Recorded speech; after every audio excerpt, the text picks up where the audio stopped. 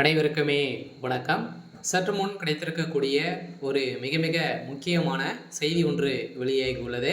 சற்று முன் உதயநிதி கதை முடிந்தது, போலீஸ் குவிப்பு, இது மாதிரி பார்த்தீங்கன்னா செய்திகள் வெளியாயிருக்கு. இப்போ சதுரடியாக பார்த்தீங்கன்னா உதயநிதி ஸ்டாலின் ஏற்கனவே சனாதனத்தின் மூலமாக பார்த்தீங்கன்னா அதிரடியாக அவதூறு வழக்கில் வசமாக சிக்கியிருந்தார்.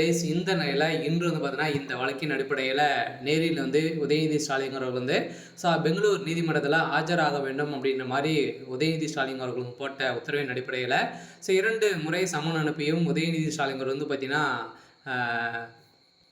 ஆஜராகாத நிலையில் இப்போ அதிரடியாக உதயநிதி ஸ்டாலின் அவர்களுக்கு பிடிவாரட்டு கொடுக்கப்பட்டிருக்கு. இந்த நிலையில் உதயநிதி ஸ்டாலின் அவர்கள் இன்னும் ஒரு சில தினங்களில் உதயநிதியுடைய கதை ஒட்டுமொத்தமாக முடிய போகுது.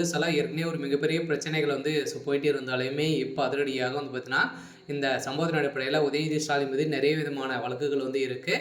இந்த வழக்கின் அடிப்படையில் இப்போ உதயநிதி ஸ்டாலின் அவர்களுக்கு ஒரு மிகப்பெரிய சம்பவம் நடக்க போகுது. இதை பற்றி இந்த வீடியோவில் நம்ம முழுமையாக பார்க்கலாம். அதுக்கு முன்னாடி நம்ம சேனலுக்கு இப்போ தான் நீங்கள் முதல் முறையாக வந்திருக்கீங்க அப்படின்னா மறக்காமல் நம்மளுடைய சேனலை சப்ஸ்கிரைப் பண்ணி சப்போர்ட் பண்ணுங்கள்.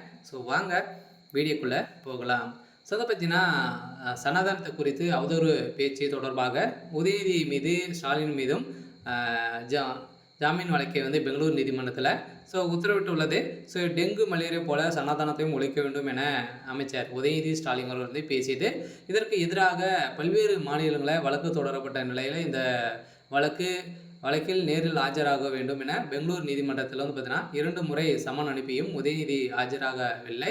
இது 3வது முறையாக அனுப்பப்பட்ட சமனுக்கு ஆஜராகவிட்டால் பிடிவாரட்டு பிறப்பிக்கப்படும் என நீதிமன்றம் உதயநிதி ஸ்டாலின் அவர்களுக்கு பெங்களூர் நீதிமன்றம் பார்த்தீங்கன்னா அதிரடியாக எச்சரிக்கை கொடுத்துருக்காங்க. அப்போது சனாதனம் தொடர்பாக அனைத்து வழக்குகளையும் தொகுத்து ஒரே இடத்துல விசாரிக்க வேண்டும் என உச்சநீதிமன்றத்தில் தாக்கல் செய்துள்ள மனு நிலவையில் உள்ளதால் விசாரணையை தள்ளி வைக்க வேண்டும் என உதயநிதி தரப்பில் வலியுறுத்தப்பட்டிருந்த நிலையில் இந்த வாதங்கள் ஏற்றுக்கொண்ட நீதிபதி வழக்கை வரும் ஆகஸ்ட் பார்த்தீங்கன்னா 8ஆம் தேதி தள்ளி வைத்திருந்த நிலையில் அதனுடன் உதயநிதி ஸ்டாலினுக்கு நிபந்தனை ஜாமீன் வழங்கி நீதிபதி 1 லட்சம் ரூபாய் பிணை தொகை செலுத்த வேண்டும் என உத்தரவிட்டிருந்த நிலையில் இப்போ சதுரடியாக உதயநிதிக்கு கூடிய விரைவில் கைது வாரட்டு பார்த்தீங்கன்னா அவருக்கு வரப்போகுது.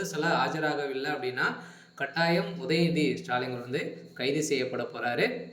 இருந்தாலுமே மக்களை பார்த்தீங்கன்னா இது மாதிரி இழிவாக பேசக்கூடிய நிலையில் அவர் துணை முதல்வர் ஆனதிலிருந்தே அவருடைய வாய்க்குழப்பாலே பார்த்தீங்கன்னா அதிமுகவுக்கு ஒரு மிகப்பெரிய பின்னடைவுகள் ஏற்படுத்தியிருக்கு. இருந்தாலும் கூடிய விரைவில் நீதிமன்றம் போட்ட உத்தரவின் அடிப்படையில் உதயநிதியுடைய கதை ஒட்டுமொத்தமாக முடிய போகுது.